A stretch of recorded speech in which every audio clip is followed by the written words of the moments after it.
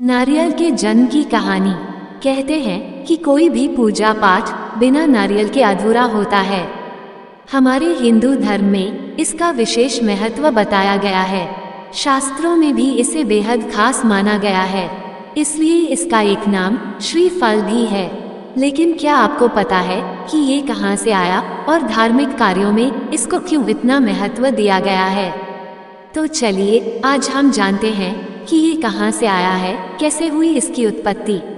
प्राचीन काल में सत्यव्रत नाम के एक राजा राज करते थे। वह प्रतिदिन पूजा पाठ किया करते थे। उनके पास किसी भी चीज की कमी नहीं थी। वह धन दौलत से लेकर हर प्रकार की सुविधा से समृद्ध थे। हालांकि इसके बावजूद भी राजा की एक अभिलाषा थी जिसे वह पूर्ण करने की चाह रखते थे। दरअसल राजा सत्यव्रत को किसी प्रकार से स्वर्गलोक जाने की इच्छा थी। वह अपने जीवन में कम से कम एक बार स्वर्गलोक के सौंदर्य को देखना चाहते थे, लेकिन उन्हें इसका मार्ग नहीं पता था। इधर दूसरी तरफ ऋषि विश्वामित्र अपनी तपस्या के लिए घर से बाहर निकले। चलते चलते वह अपनी कुटिया से काफी आगे चले गए थे। काफी समय बीत गया लेकिन वह नहीं लौटे। इस कारण उनका परिवार भूख और प्यास से तड़प रहा था। राजा सत्यव्रत को जब ये पता चला तो उन्होंने ऋषि विश्वामित्र के परिवार के पालन पोषण की जिम्मेदारी ले ली। कुछ समय बाद जब मुनिवर लौटे तो वे अपने परिवार को कुशल देख काफी प्रसन्न हुए। उन्होंने पूछा कि उनकी अनुपस्थिति में किसने उनकी देखभाल की। इस पर ऋषि के परिवार वालों ने बताया कि राजा ने उनके पालन पोषण की जिम्मेदारी उठाई थी। ये सुनकर ऋषि विश्वामित्र तुरंत राजमहल पहुंचे और राजा से मुलाकात की। वहां पहुंचकर उन्होंने सबसे पहले महाराज को धन्यवाद कहा। इस पर राजा ने ऋषि से अपनी इच्छा पूर्ण होने का आशीर्वाद मांगा। राजा की बात सुनकर ऋषि विश्वामित्र ने कहा, बोलिए महाराज, आपको क्या वरदान चाहिए? तब महाराज ने कहा, हे मुनि, मुझे एक बार स्वर्गलोक के दर्शन करने हैं। कृपया करके मुझे वहां जाने का वरदान दें। राजा की प्रार्थना सुनकर ऋषि विश्वामित्र ने एक ऐसा रास्ता बनाया जो स्वर्गलोक की ओर जाता था।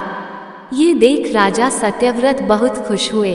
वह तुरंत उस रास्ते पर चल पड़े और स्वर्गलोक पहुंच गए।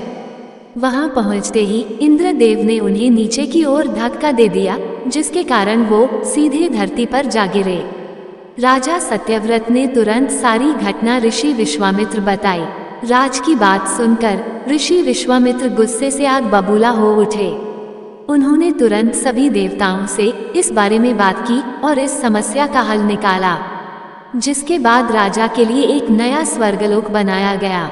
नए स्वर्गलोक को पृथ्वी और देवताओं के स्वर्गलोक के बीचों बीच स्थापित किया गया था, ताकि किसी को परेशानी न हो।